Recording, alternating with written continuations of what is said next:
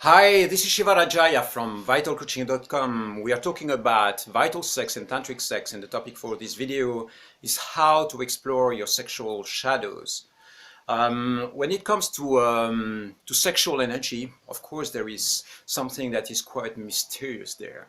Erotic power is something that is seductive and feels a little bit dangerous. And sometimes when you have this erotic energy waking up inside of you, it might feel a little bit scary, a little bit challenging to look at what's actually going on inside of you, because it's an aspect of your life that you might not necessarily set up free. And so you might be controlling it, holding it back, and try to lock it in with duality, and considering that this is good, this is bad. When you start tapping into that aspect of your erotic life, then you are a bad person, you are slutty, you should not go there. So what are sex shadows?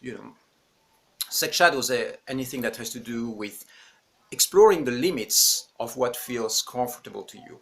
Everything that is in the shadow is things that didn't still receive light. Right now, the reason why we have shadows and lights is because our mind is creating that division and considering that something is good and something is bad. So what is bad, we lock it in, we put it in the forest there, we don't go and explore it, and then it becomes a shadow because we are no longer cultivating it, we are no longer activating it. Some things that are shadows today might not have been shadows like 1,000 years ago. Something that is a shadow today in your life might not have been a shadow like just 2 or 3 years ago.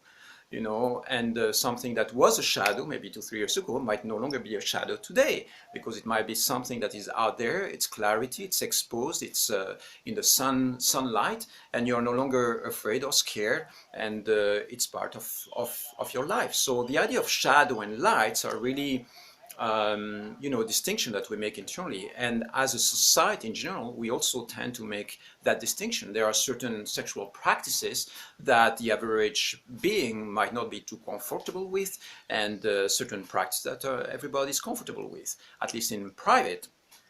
Then when it comes to exposing, the sexual practices in, for instance, public places or things like that, of course, there is still a shadow. It means that there is lots of shame around nakedness. There is guilt and undigested emotions there that don't necessarily free the sexual energy. So the whole aspect of sexual energy in society in general, it's quite taboo, and it's quite a shadow by itself. It means that people don't go to each other and go like, so how is your sex life? Did you have any good orgasms this week? How many sexual partners did you have in the last month? Are you still intimate with your wife? How many times a week are you having sex? This is a conversation that some people might have when they are very good friends, but you don't just go to a stranger and start having this kind of conversation. And the question is, why not? What's wrong with this conversation? And what's wrong is that we have certain patterns which are shadow patterns. We project some shadows, and we project some guilt and shame around sex and nakedness, for instance. So when it comes to the shadows, and when you actually dare to go and explore that a little bit, you are stretching really the limits of your erotic territory, and then start taking some risks in that exploration and realizing, oh my God, there is a world of energy there that I didn't tap into. And sometimes it's going to bring lots of fresh juice into your erotic life. Suddenly you start activating a fresh flow of energy that is extremely powerful in your existence.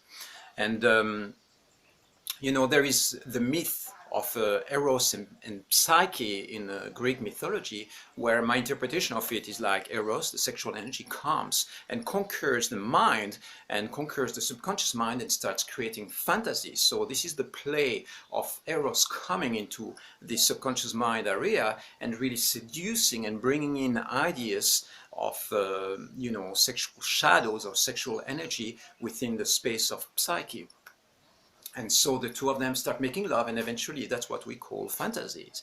When you have a fantasy emerging, you're there falling asleep, and then suddenly you have this image about some erotic vision coming to your mind. Where does that come from? It's because your sexual energy is waking up, and then it's hitting the patterns in your mind and in your energy body, and then suddenly you start having ideas, because the field of your mind is going to respond to that sexual energy and simply create fantasies, create visions of sexual scenes that turn you on. And so when you want to explore your sexual fantasies and explore your sexual shadows, the first step is really to identify what is the territory that you're comfortable with and where is your edge? What are the things that you don't feel too comfortable doing, but that with a little bit of safety you would be happy to to explore and try them.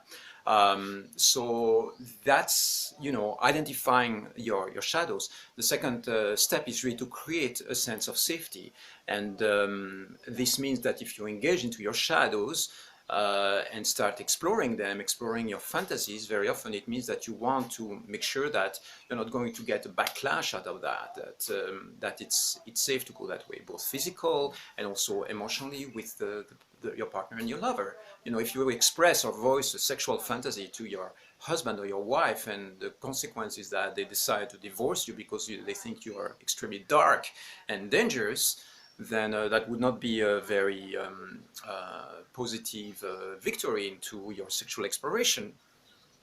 So instead, check in, start feeling into how to create safety around voicing and expressing and living these shadows.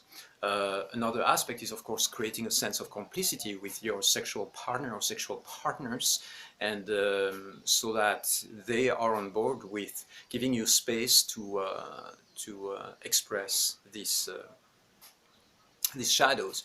It means that when you are engaging into that space, very often, if you are taking the lead and wanting to explore your fantasies, then that means that you will have some people who are going to be space holders. They are going to be there observing and giving you energy and supporting that exploration.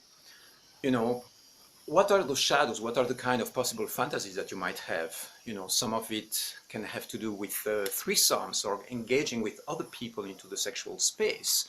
Maybe you are with your partner and you know everything about the sexual exploration and your boundaries within that, and suddenly in your mind the real fantasy is to bring another potential lover in that space. Another fantasy that you can have is the idea of exploring pain, and right now there is lots of exploration about kinky sex, BDSM, and these kind of practices. Lots of people are going to be extremely turned on by the idea of exploring that specific edge.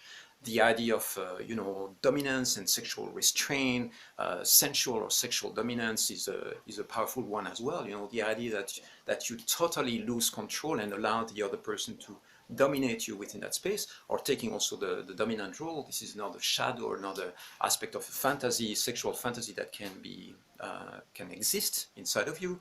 Another shadow or sexual fantasy that you might have might be to have sex in public places within a public context, where people don't see that you are having sex, but it's a turn on because there is other energies involved. It's not just locked and separated. That can be another fantasy that sometimes people have. Being watched or watching, it's also another fantasy that can kick in.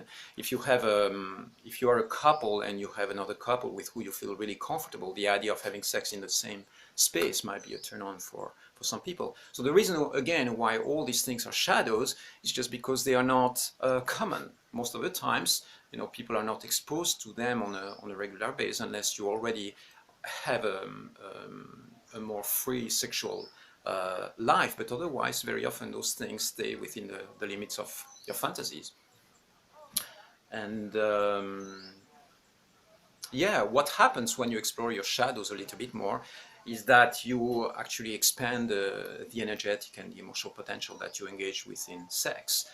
If you have an aspect inside of you that you didn't explore, for instance, some of these fantasies, some of these desires that are locked inside of you, and then you really feel like there is something that is blocked internally because you never went there. It's a little bit like having a tiger living in the forest next door and you never want to face the tiger, and then one day you go like, okay, I'm going to go and see what's up with this wild beast that is there in this forest, and you go and face the tiger and befriend this erotic nature that you have inside of you, and then it actually expands the understanding and the knowledge that you have about yourself. So if you put that exploration within the tantric sex context, within the sacred space context, it makes total sense, because it's about going and diving into the shadows in this conscious exploration and knowing much more about your nature, and therefore becoming a more complete being.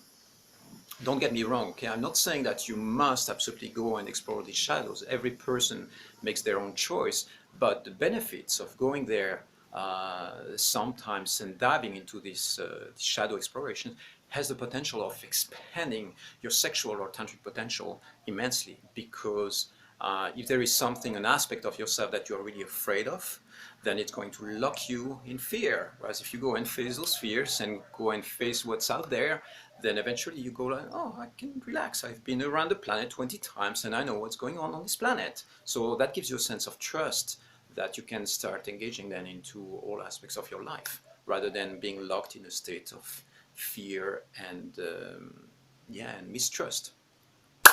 Hope this makes sense to you. I'll see you soon.